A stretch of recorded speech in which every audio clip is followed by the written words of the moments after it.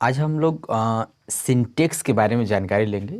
English में syntax होता क्या है और सिंटेक्स में पहली पॉइंट हम लोग पढ़ेंगे सब्जेक्ट वर्ब एग्रीमेंट, यानी सब्जेक्ट वर्ब एग्रीमेंट हम लोग पढ़ेंगे। जैसे आपको टॉपिक भी दिख रही है कि ये आपको सिंटेक्स है, ठीक है, ये आपको सिंटेक्स दिख रहा है और ये आपकी टॉपिक जो दिख रही है वो है आपका सब्जेक्ट वर्ब एग्रीमेंट। तो सबसे पहले सब्जेक्ट वर्ब एग्रीमेंट के बारे में जानते हैं। देखिए इसमें सब्जेक्ट वर्ब एग्रीमेंट क्या कहलाता है कि किसी भी सेंटेंस में सब्जेक्ट के नंबर तथा पर्सन के अनुसार वर्ब का प्रयोग सब्जेक्ट वर्ब एग्रीमेंट कहलाता है। आप किसी भी नंबर में अगर आप किसी भी इंग्लिश में सब्जेक्ट के अनुसार ही हम अपना हेल्पिंग वर्ब या वर्ब का प्रयोग करते हैं।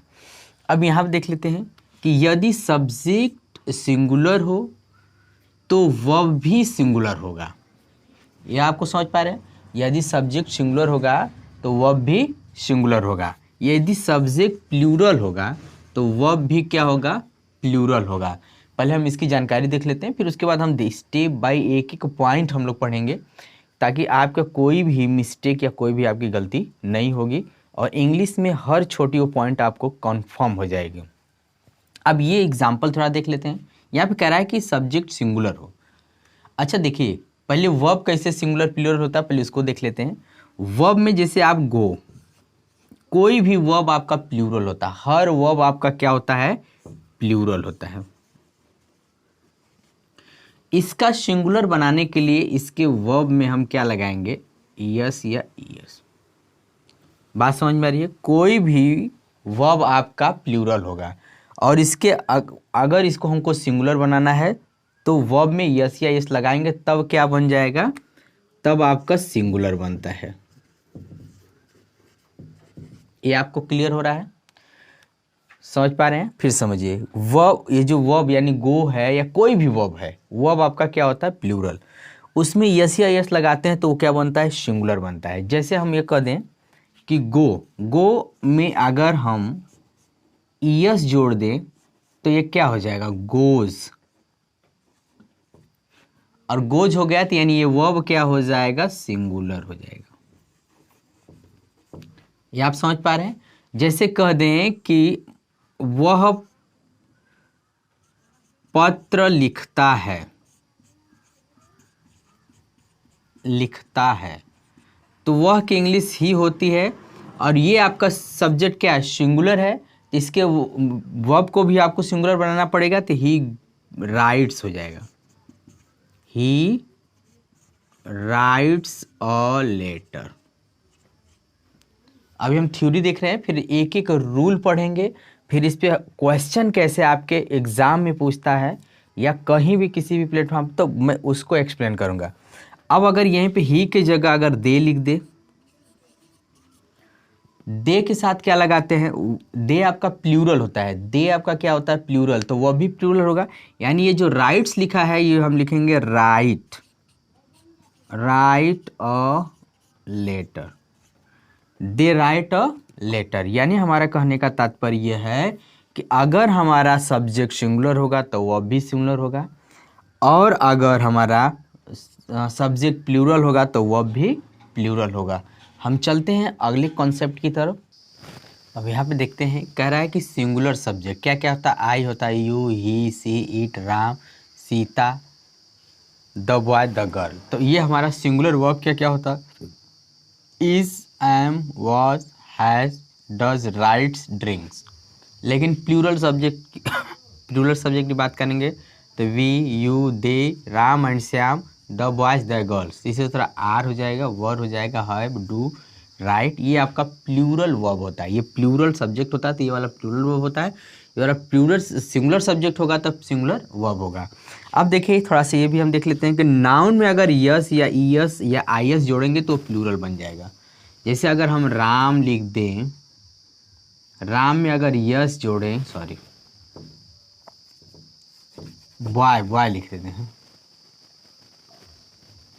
बॉय में अगर हम यस जोड़ दें तो ये बॉयज हो जाएगा और ये आपका प्लूरल हो जाएगा। आप समझ पा रहे हैं? लेकिन इस तरह वर्ब में अगर हम मान लीजिए राइट लिखे हैं तो राइट, आप जानते हैं कि अभी हम बताएं कि हर वर्ब आपका क्या होता है? प्लूरल होता है। इसमें अगर हम यस लगा देंगे तो राइट्स हो जाएगा, राइट्स आपका सिंगुलर हो जाएगा, यानी वर्ब आपका सिंगुलर होगा। कहने का तात्पर्य है कि अगर नाउन में हम यस या ईएस या आईएस लगाएंगे तो वो प्लूरल बन जाएगा, अगर वर्ब में यस या ईएस या आईएस लगाते हैं तो वो क्या बन जाएगा, सिंगुलर बन जाएगा। आई होप आपको समझ में आ रहा होगा। अब हम चलते हैं रूल जरा पढ़ते हैं, यानी हमें पूरे कॉन्सेप्ट समझ लिए, एक एक रूल पढ़ेंगे। टोटल 60 रूल्स है, तो एक ही वीडियो में नहीं लेकिन 2 से 3 वीडियो में हम आपको पूरा सिंटेक्स का रूल कंप्लीट कर देंगे। और मैं ये पूरा 100% बता रहा हूँ कि अगर आप 60 रूल्स अगर कंप्लीट करते हैं तो इंग्लिश में कभी भी आपको मतलब प्रॉब्लम क्रिएट नहीं होगी। ठीक है, चलते हैं। कह रहा है क्वेश्चन रूल नंबर 1 में आई, मैं का प्रयोग सिंगुलर प्लूरल के रूप में होता है, यानी आई का प्रयोग जो होता है सिंगुलर में भी होता है प्लूरल में भी होता है। इसके साथ सिंगुलर या प्लूरल वर्ब का प्रयोग होता है, ये भी सही है। देखते चलते हैं। आई के साथ देखिए आई एम, आई तो आपका सिंगुलर दिया है, I am a teacher, I am a teacher में एलोन हूँ, मैं अकेला हूँ, तो यानी मैं सिंगुलर हो गया। आई तो सिंगुलर है लेकिन यहाँ पे हैव, हैव क्या है आपका, अभी मैं चार्ट में जो लिखवाया था वो प्लूरल बताया था, तो हैव आपका क्या है, प्लूरल। इसका सिंगुलर क्या होता है, हैज होता है, यानी आई हैव अ साइकिल, यानी आई के साथ हैव, यानी हम आई के साथ सिंगुलर सब्जेक्ट का भी प्रयोग कर, सिंगुलर वर्ब का भी प्रयोग करते हैं, सिंगुलर सब्जेक्ट का भी प्रयोग करते हैं। चलते हैं नेक्स्ट। कह रहा है क्वेश्चन में रूल नंबर 2 में आते हैं। इसमें क्या कह रहा है कि सपोजिशनल सेंटेंस, मतलब जो हम मानते हैं या इच्छा रखते हैं, इमेजिन करते हैं जो असंभव हो, प्रायः इफ, एज इफ, ठीक, उसके बाद हो जाएगा as though, if only, suppose, I wish, we wish, he wish, she wish से स्टार्ट हो तो कोरी कल्पना या असंभव का बोध होता है। इन शब्दों के बाद जो हम हेल्पिंग वर्ब यूज करेंगे वर का यूज करेंगे। किसका वर यूज करेंगे, वर का प्रयोग करेंगे। एग्जाम्पल देख लेते हैं। कह रहा है कि I wish Veena, Veena singular रहती है, यहाँ पे वाज होना चाहिए, लेकिन ये क्या है, I wish Veena were my life, मुझे मेरी इच्छा है कि वीना मेरी वाइफ बन जाए। इसका मतलब कि हम कोई कल्पना करें, मैं किसी एक्टर को अपनी अगर वाइफ बनाना चाहें तो अब ये क्या है, एक कल्पना है जो असंभव कल्पना है। तो यानी जब भी आई विश या ये सब जितनी भी वर्ड्स आए हुए हैं उसके बाद सब्जेक्ट सिंगुलर होगा तब भी हम किसका यूज़ करेंगे, वर का यूज़ करेंगे।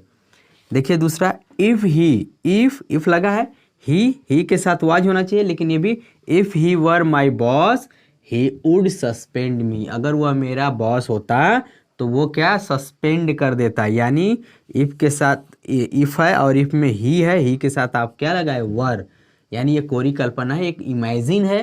तो इस टाइप के सेंटेंस में हम क्या लगाते हैं, इफ़ का प्रयोग करते हैं। अब हम रूल थर्ड पढ़ेंगे क्योंकि 2 रूल हम पढ़ लिए हैं। अब थर्ड की तरफ चलते हैं, वो भी बहुत ही इंपॉर्टेंट है। इसी का हम लोग ए और बी, यानी इसका हम दूसरा रूल पढ़ेंगे, मतलब हम नोट करके पॉइंट पढ़ेंगे क्योंकि रूल नंबर 2 में था। कह रहा था कि कंडीशनल सेंटेंस प्रायः इफ और एज दो से स्टार्ट होता है। इससे वास्तविक स्थिति का बोध होता है। इस केस में इफ, एज दो के बाद सब्जेक्ट के नंबर तथा पर्सन के मुताबिक वर्ब का प्रयोग करते हैं। अब देखते हैं इसको। कह रहा है कि इफ़ यू कम, देखिए इफ़ लगा, if you come here I will teach you, ये संभव चीज़ है, यदि आप आएंगे तो मैं आपको पढ़ाऊंगा। तो आई के साथ क्या लग गया, विल लगा। बात समझ में आ रही है, if you come here I will teach you. दूसरा है, Sneha looks as if she has been working, Sneha looks मतलब दिखती है, एज इफ यदि मानो शी हैज़ बीन वर्किंग, वह दिन भर काम करे। तो देखिए शी के साथ हैज़ भी लगा है, यानी कि जो संभव चीज़ें हैं, असंभव की बात नहीं, जो संभव चीज़ें हैं वो क्या होगा, ये क्या हो जाएगा, इफ़, एज दो के बाद जो सब्जेक्ट होगा उसके अनुसार हम हेल्पिंग वर्ब यूज़ करेंगे। देखिए आई के साथ इस स्टेज में विल का प्रयोग किए हैं, इसमें एज दो के बाद शी हैज़ बीन यानी हैज़ बीन का प्रयोग किया गया है, यहाँ पे वर का प्रयोग नहीं हुआ है। चलते हैं नेक्स्ट रूल की तरफ, अगले रूल की तरफ चलते हैं, यानी रूल नंबर 3 देखें कि यदि 2 सिंगुलर नाउन्स एंड से जुड़े हों तथा फर्स्ट सिंगुलर नाउन से पहले आर्टिकल या पजेसिव एडजेक्टिव, आर्टिकल क्या होता है, ए एंड द होता है, आर्टिकल क्या होता है, ए एंड द, जो यहाँ पे इस वाले में यूज़ किया गया है आर्टिकल कितने होते हैं, ए एंड द केवल 3 होते हैं। Possessive adjective my, your, our, his, her, ये सब आपका पजेसिव एडजेक्टिव होता है, का प्रयोग हो तो इससे सेम पर्सन अर्थात एक ही व्यक्ति का बोध होता है तथा सिंगुलर वर्ब का प्रयोग होगा, यानी एक ही व्यक्ति का बोध होगा तो वर्ब का भी सिंगुलर ही होगा, वर्ब भी आपका तो सिंगुलर होगा। अब देखिए द प्रिंसिपल, द लग गया, the principal and secretary was, यहाँ पे सिंगुलर लगा नहीं, यानी यहाँ पे दो लोगों का यूज़ किया गया, लेकिन हमने अभी बताया कि पहले सिंगुलर नाउन के पहले अगर द लग जाए और एंड से जुड़े हो दूसरा सिंगुलर नाउन कुछ भी हो तो वहाँ पे सिंगुलर ऑक्सिलरी वर्ब का प्रयोग करेंगे, यानी वाज का प्रयोग करेंगे, न कि यहाँ पे वर्क। आपका आगे सेंटेंस यहीं पे वर्ड लिख देगा जो आपका ये गलत हो जाएगा। दूसरा possessive adjective, my uncle and guardian has come to see me, मेरे अंकल और जो गार्जियन हैं हैज़ कम टू सी मी, वो आ रहे हैं मुझे देखने। मतलब कि अब माई पजेसिव एडजेक्टिव लग गया और यहाँ पे अंकल और गार्डियन, इसका मतलब कि ये एक ही व्यक्ति का बोध हो रहा है, इसलिए यहाँ पे किसका यूज़ किया गया है, हैज़ का प्रयोग किया गया। किसका यूज़ किया गया है, हैज़ का। यहाँ पे आगे क्वेश्चन में हैव लिख देगा और आपका एरर डिटेक्शन में देखा तो यानी आप ये समझ गए कि या तो आर्टिकल लगा होना चाहिए, एंड से जुड़े दो नाउन हो और पहले नाउन के पहले या तो आर्टिकल द होना चाहिए या तो माई का प्रयोग होगा। इस दिशा में दोनों हम लोग सिंगुलर ऑक्सिलरी वर्ब का यूज़ करेंगे। आई होप आपको क्लियर होगा। अब हम चलेंगे नेक्स्ट रूल की तरफ, यानी नेक्स्ट वीडियो में मिलेंगे, क्योंकि हम टोटल 60 यानी 60 रूल कंप्लीट करेंगे सिंटेक्स का और आपका उसमें पूरा का पूरा कंसेप्ट क्लियर हो जाएगा, ताकि आपको सिंटेक्स में कभी भी कोई दिक्कत नहीं होगी। चल मिलते हैं नेक्स्ट वीडियो में, तब तक के लिए टेक केयर, बाय।